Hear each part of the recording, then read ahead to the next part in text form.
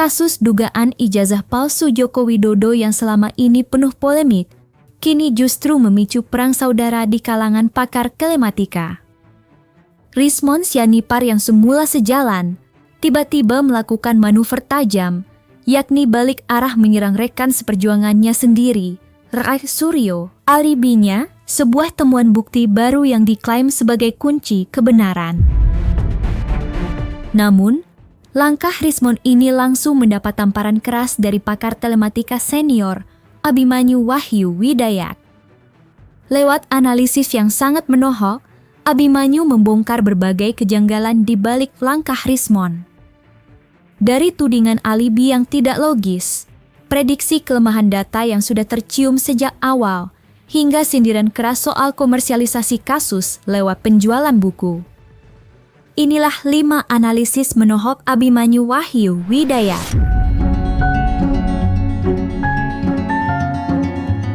Pakar telematika, Abimanyu menilai langkah Rismond Sianipar yang tiba-tiba berbalik arah dengan alasan adanya temuan bukti baru sebagai sesuatu yang janggal. Menurutnya, jika sebuah penelitian digital forensik dilakukan dengan benar sejak awal, perubahan drastis dalam opini ahli di tengah jalan tanpa dasar yang sangat kuat secara teknis sulit untuk diterima secara logika profesional. Jadi kalau yang saya ketahui ya, langsung aja saya bilang yang namanya Rismond itu tidak merubah penelitiannya ya, tetapi dia mencoba kembali kemudian mendapatkan temuan baru.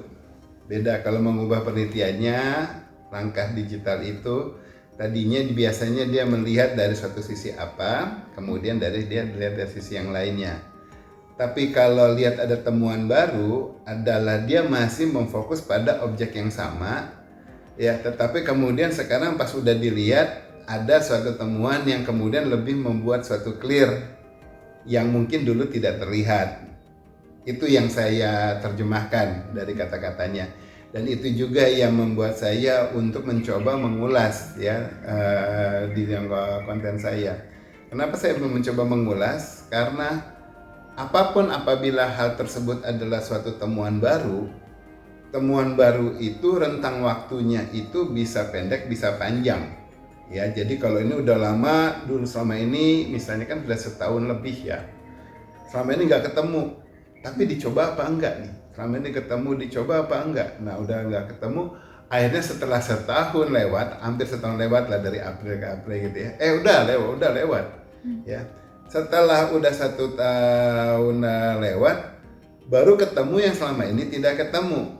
Padahal dalam rentang tersebut udah melakukan penuduhan, rentang tersebut udah sampai bikin buku, udah merasa yakin, udah bahkan berani lebih baik mati kalau daripada mundur, lain sebagainya. Berarti hal itu sebetulnya sesuatu yang dianggap sebagai temuan, yaitu yang sebatas emboss dan watermark. Kalau baru ketemunya setelah 1 tahun, sebetulnya menurut saya sebagai seorang peneliti, hal itu sudah ketemu dari awal-awal. Bahkan dalam seminggu 2 minggu awal, hal tersebut harusnya udah ketemu. Pakar telematika, Abimanyu beropini bahwa dalam dunia forensik, Roy Suryo dan Rismond Sianipar seharusnya memiliki metode dan pendapat masing-masing. Ia menekankan bahwa seorang ahli harus berdiri di atas datanya sendiri. Pecahnya kubu ini menunjukkan adanya ketidakkonsistenan dalam sinkronisasi data yang selama ini mereka bawa bersama. Oke, nah kalau seorang peneliti berdua meneliti satu objek yang sama, menurut saya salah besar. Salah besar pakai bangetnya 17 kali deh. Banget. Karena seorang peneliti punya keyakinan, punya metode sendiri, punya keyakinan karena dia mau mengungkapkan sesuatu yang dia lihat. Ya, tetapi saat peneliti bekerja sama untuk meneliti suatu data, nah kalau sampai udah bekerja sama, ini berarti udah ada pesanan. Logika saya ya, udah ada pesanan. Oke, kamu berdua tolong periksa. Ya, nanti berdua periksa hasilnya kira-kira kemudian seperti apa. Nah, berdua periksa berarti berdua periksa, saya memeriksa bagian apanya, yang satu memeriksa bagian apanya. Gitu, ya. Kenapa? Karena seorang peneliti harusnya masing-masing bicaranya secara independen. Ya, independen, masing-masing mengerjakan sendiri sesuai dengan keilmuan dia, keyakinan dia, untuk memastikan kira-kira kalau saya sama-sama menyatakan hal yang seperti ini, kemudian data saya akan keluar yang sama atau tidak. Itu pemikiran independen yang dilakukan. Pakar telematika, Abimanyu mengaku sudah memprediksi bahwa perpecahan atau pelemahan argumen ini akan terjadi. Hal ini dikarenakan ia menilai dasar penemuan atau bukti yang diajukan oleh pihak Rismond sejak awal memiliki celah atau lemah secara teknis, sehingga rentan untuk dipatahkan atau berubah di kemudian hari. Kalau sudah menduganya iya, maka itu waktu saya membuat konten juga saya tidak pernah menganalisa sampai yang terlalu ke digital. Kenapa? Kalau itu sudah dilakukan dari awal-awal sampai pembuktian digitalnya sampai lebih detail, ini loh temuan saya, ini loh temuan saya. Temuan-temuan tersebut justru bisa menjadi bahan yang bersangkutan untuk kemudian nanti berdalih karena mereka belum masuk sama persidangan. Nanti ada temuannya, oh ini ada temuannya di sini nih, oh iya coba dianalisa lagi temuannya. Oh jadi nanti terungkap, kemudian terungkap, dilihatnya dari sisi mana, mencoba membuat suatu dalihan-dalihan gitu, ya kan. Nah, jadi ini selama ini tidak pernah saya ungkapkan, dan sampai sekarang juga yang secara digital tidak pernah diungkapkan. Bukan berarti saya jaga kemudian saya menganggap diri saya lebih pintar dan kemudian tidak mau jadi acuan, enggak ya. Tetapi ini dijaga, karena bisa jadi kan nanti ya dipanggil yang jadi malah memberikan keterangan ahli ataupun yang lain. Ya, nah dari sini adalah menjadi satu pegangan aja dulu, mau melihat sejauh apa mereka itu menganalisa dengan cara-caranya yang mereka. Tapi kalau dari dulu kelihatan udah jelas, karena kita lihat sumber datanya lemah banget, ya lemah banget. Di sini apa? Dian Sandi yang pertama kali sharing konten itu, dia bilang dia sharing ini dia dapat dari temennya, bukan dia memfoto sendiri jasanya, dia dapat dari temennya. Ya, nah temennya itu cuman yang cukup dia percaya, kemudian disebarkan oleh Dian Sandi. Ya. Dian sendiri tidak tahu apakah temannya sendiri yang langsung memfoto konten ijazahnya, lembar ijazahnya, ataukah temannya juga dapat dari temannya yang lain dan lain lagi. Jadi yang temannya berikan kepada Dian Sandi itu mungkin secara biar pergaulan aja kayaknya keren, biar kayaknya sumbernya ini A1 nih, gua loh yang ngefoto, padahal bukan. Ya, nah hal itu harusnya juga kelihatan ini udah lemah, ngapain mau diulas? Kalau saya sih ada yang kirim yang kayak gitu digital, jangankan sekedar di arena publik kayak X gitu ya, ada yang japri kirim banget ini tolong diulas, nggak mau. Saya nggak pernah mau mengulas hanya yang kayak gini, apalagi ini tolong ulas. Setelah diulas yang ngajuinnya itu santai-santai aja, malah yang setelah mengulas ini yang sibuk berkoar-koar kemudian jualan kemana-mana. Wah, saya menemukan sesuatu yang seru nih, ada yang satu yang fake. Yang dia temukan itu bukti digital. Melihat polemik yang semakin simpang siur dan melibatkan integritas profesi pakar telematika, Abimanyu secara terbuka menyatakan siap menjadi saksi ahli di persidangan.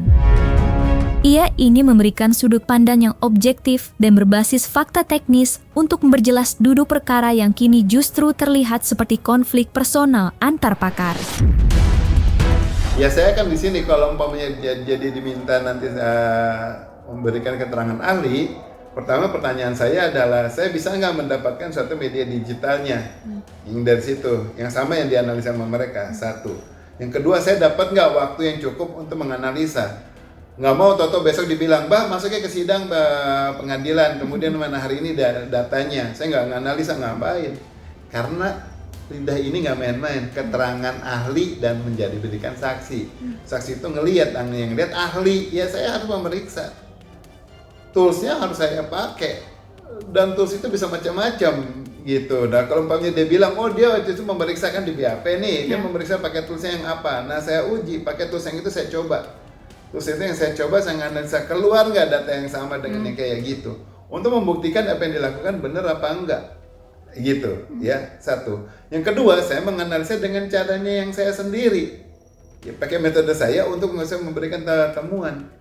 Jadi ini seseorang mendapatkan suatu temuan yang kalau temuannya ternyata salah, nanti dikoreksi sama ahli, yang malu.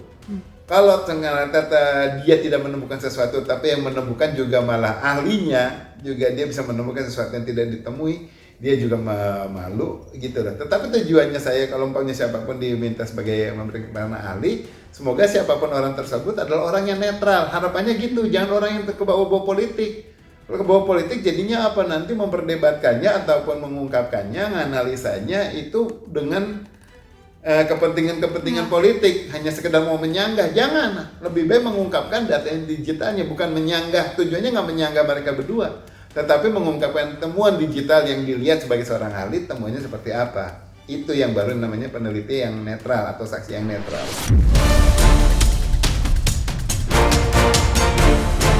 Pakar telematika, Abimanyu juga menyoroti aspek benefit atau keuntungan pribadi di balik konflik ini.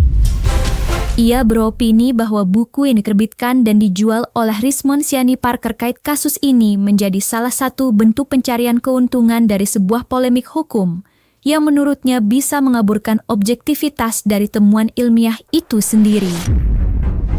Ya kalau 5.000 buku yang sudah terjual, dari 190 juta netizen, itu suatu angka yang nggak ada sepermilnya juga, seperberapanya juga nggak ada, hanya sedikit sekali. Ya jadi ya udah nih efeknya aja, yang kalau yang mau beli, mungkin biasanya yang mau beli bukan yang menyaksikan, tetapi justru yang mau mendukung gitu. Namanya mendukung orang di situ, ya udah ini ada orang jualan buku. Itu buku bukan dibagikan loh, dijual. Ya berarti ada satu benefit, wong ada bagi-bagi komisi loh, ada jadi satu keuntungan. Betul. Nah ini ada yang ya udahlah berempati untuk membeli bukunya, sampai tur kemana-mana, keliling. Ya kalau bicara udah tur kemana-mana, setiap kota ada berapa loh, lakunya 5.000 ya lakunya dikit lah. Udah tur beberapa kota gitu. Beda kalau belum tur aja baru di satu kota udah laku di mana-mana banyak, beda ya. Jadi simpati orang atas buku ini tidak bisa menjadi tolak ukur.